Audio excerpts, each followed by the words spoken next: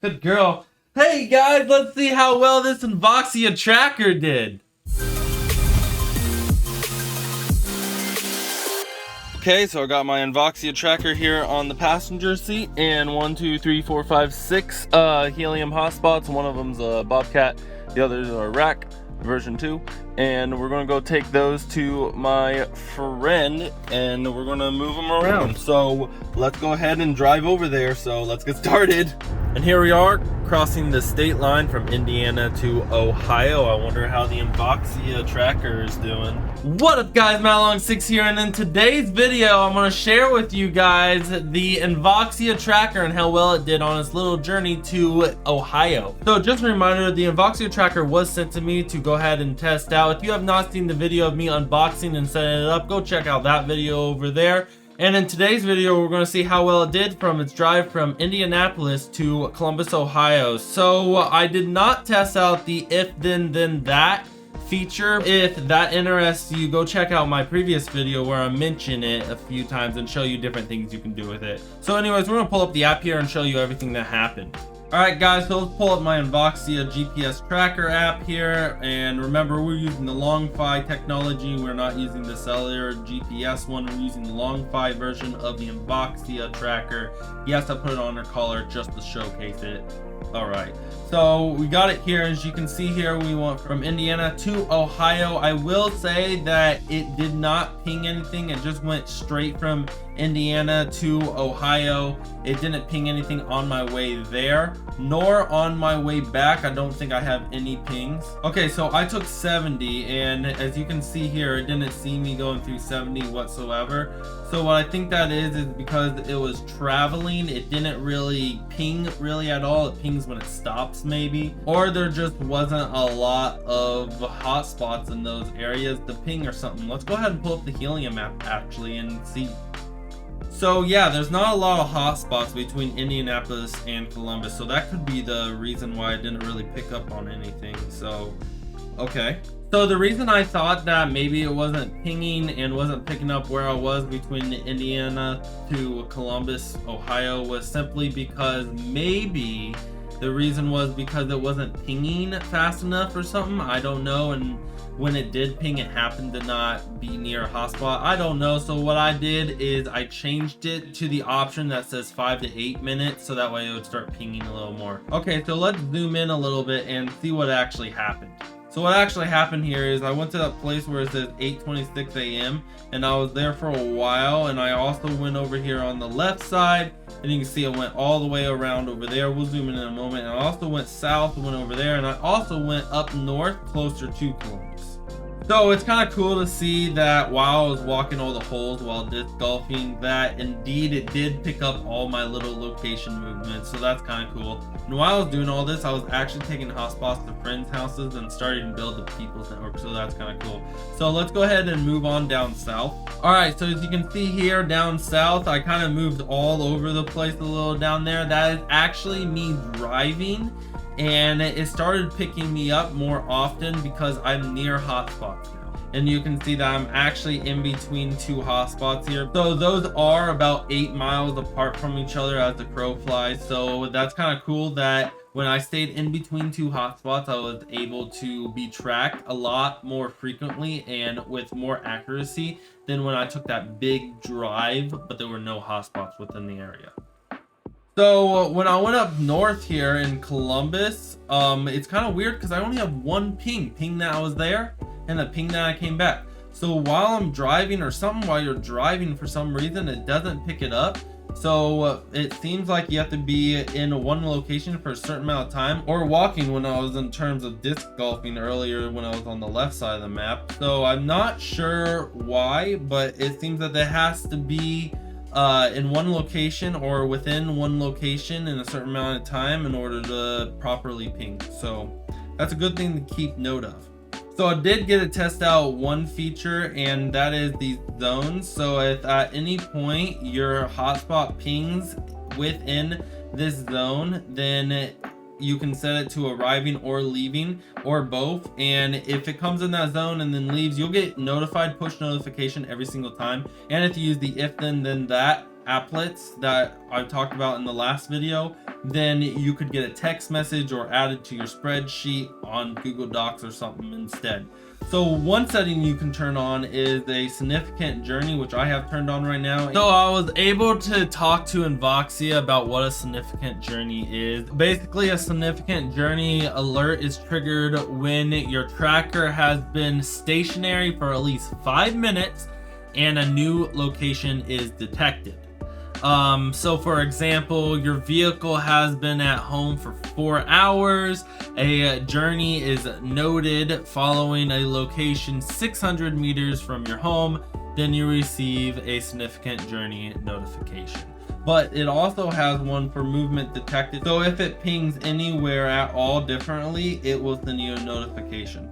Oh my gosh, Coco, you got hair all over me and you can see it with my black Helium shirt. Thanks, Coco. Link in the description.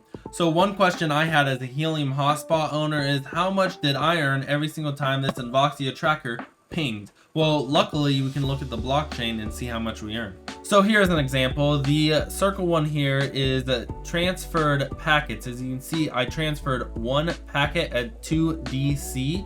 So we can see 2 DC and 1 packet. We can go ahead and actually convert that to US dollars and know how much HNT we got at that time. So let's go here and you can see that 1 data credit is worth less than 1 cent, and I got 2 data credits, which means I got less than 2 cents.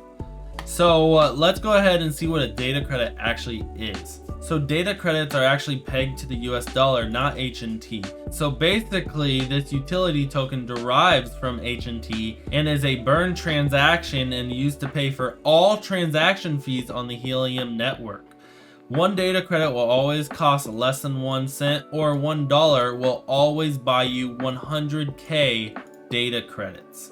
But as stated above, data credits are produced by burning HNT, and the market price of HNT will of course fluctuate. This Helium token to data credit relationship is based on a design commonly called a burn and minted equilibrium, and is intended to allow for the supply of HNT to respond to the network usage trends such that when equilibrium is found, the amount of HNT that exists remains static. Month on month. The amount of data credits produced by burning HNT will move up and down based on USD price of HNT as reported by the HNT Oracle, not CoinMarketCap and not CoinGecko, by its own Oracle. Let's look at a few examples on how this will work on the chain. So example number 1, as always the price of DC is always less than 1 cent, 1/100,000th of a cent. The current HNT Oracle price is $1. Of course that always fluctuates as they said here. Burning 1 HNT in this case would produce 100K data credits. Example number 2. A Helium network user requires 50K data credits per month to send a data for their fleet of Helium connected mouse traps like the V-Link. If you have not seen my V-Link video yet, subscribe and hit that bell because I don't know if it's already come out or if it's going to come out because I'm recording it near the same time. Alright, yes, this actually exists. They are glorious. Yes, the mouse traps. We'll talk about it in another video. To acquire these 500K data credits per month, they would burn 0.5, a half of the Helium token, using the following map. Boom. Alright, so let's go ahead and jump to a different article. So let's just talk about this here. This is from the perspective of the hotspot. So a miner receives a packet and determine who it belongs to. So it receives the packet as you saw here. The miner dials in the appropriate Helium LongFi network server and offers the package.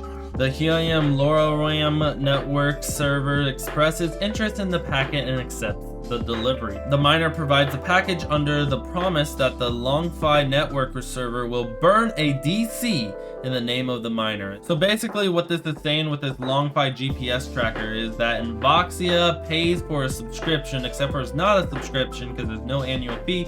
Instead, they use the pay-as-you-go method. So for my Invoxia here, it actually says that I get 3 years for unlimited pings for free. After that, I'll have to pay a subscription or just sign up for another 3 years or something like that. I'm not sure how it works, so we'll see in 3 years. Let me know, subscribe, hit that bell, and 3 years later, maybe I'll make another video. The tracker is able to determine its location on its own using a combination of GPS, Wi-Fi positioning, and Bluetooth. The tracker then uses the Helium Network and the hotspots to relay this data to the Invoxia servers, which then provides this location data to you via the companion app. By the nature of the Helium Network, the hotspots have no knowledge of what device is transmitting data or what data is being transferred over the network. And in return, Invoxia will burn a DC for your miner. And the network data transfer is only up to 35% of all the HTTT types. So the question remains, will I get rich by running these? No, you're not going to get rich if you buy 25 of these, or you get 25 of these for free and then turn them all in the highest ping possible and then just leaving them plugged in your wall so the battery never dies.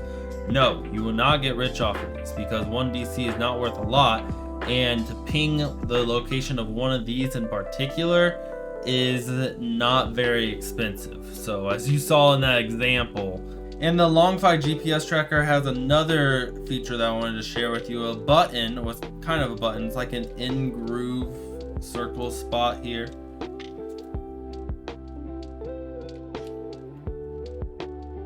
And what its purpose is, you can hit it once, and what that will do is send a notification to the phone, or if you use the if this and that, then maybe you can send it to a spreadsheet or something. So maybe your child has the Invoxia in their backpack and they get lost or something, they can hit that button and it will tell you that they're lost. Or if you just want to keep track of one of your location spots as you're walking around the park or something, or you can hold it down for 5 seconds and it will actually reset the tracker. Basically turns it on and off, and that's basically it. So if you needed to ever do that because you're having issues with that, now you know how. So one thing I did ask Invoxia was, what about if I was traveling on a plane, what should I do with this? And they said for traveling on airplanes, to respect FCC regulations, you should be able to put the tracker on standby mode through the companion app, and this will stop communication over LongFi, and it can be reactivated when you're within Bluetooth range and you can turn it back on. So basically, if you take this on a plane, turn on airplane mode, which is called standby mode, which is actually really simple to turn on. So yeah, in the settings here, when you're within Bluetooth range, you just click turn on standby mode, and it'll basically, all it will do is turn off pings for the device until you turn it back on. That's all it does. So another feature that the Invoxia tracker has is a report as lost or stolen. So if you try to sync to your tracker but you're out of Bluetooth range, this option will come up that says report as lost or stolen. So lost mode increases the frequency of position updates, so how often it pings, to the maximum supported by LoRaWAN and Helium Network, and it may also force the tracker to use GPS for calculating its location while the mode is active. Both of these things will greatly reduce the battery life of the Invoxia tracker while increasing the precision and update frequency of the tracking. It's perfect for the situation where you may have had your vehicle stolen and require more frequent updates to find it. Hey guys, so if you like this video of me testing out the Invoxia tracker, you may also like my video that is going to come out testing out the V-Link mouse trap that works on the Helium Network, and the barnacles that are like shape of a postcard and you can use it to track your packages. So stay tuned, hit that bell for videos like that. And also, I do a monthly video where you can see how much money I actually earn using my Helium hotspots and hopper staking and Helium staking using the Coin Hunt World and my Mysterium node on my Avado and my Brave browser and even some dollar cake and stuff like that. Anyways, guys, hope you enjoyed this, and let's carry on with the video. So if you would like to see me test out the proximity radar, then go check out the last video that I made. And I wanted to show you the history of positions, which just shows a whole bunch of positions that it's been, and you can also go ahead and delete them. And if you click on the left side of the map, you'll be able to see where that location actually is on your default GPS app. Anyways, guys, thank you so much for watching this video on the Invoxia Tracker. If you haven't yet, go watch out my previous video, and be sure to know that use my code MattLong6 and get 3% off your Invoxia Tracker today. You need to buy off of the CowChip website, and then you'll be good to go and have that 3% discount. Anyways, guys, thank you so much for watching this video. I hope it was helpful to you. And as always, guys, stay safe, stay active, stay healthy, and God bless. Peace. Good girl, Coco. You want a treat?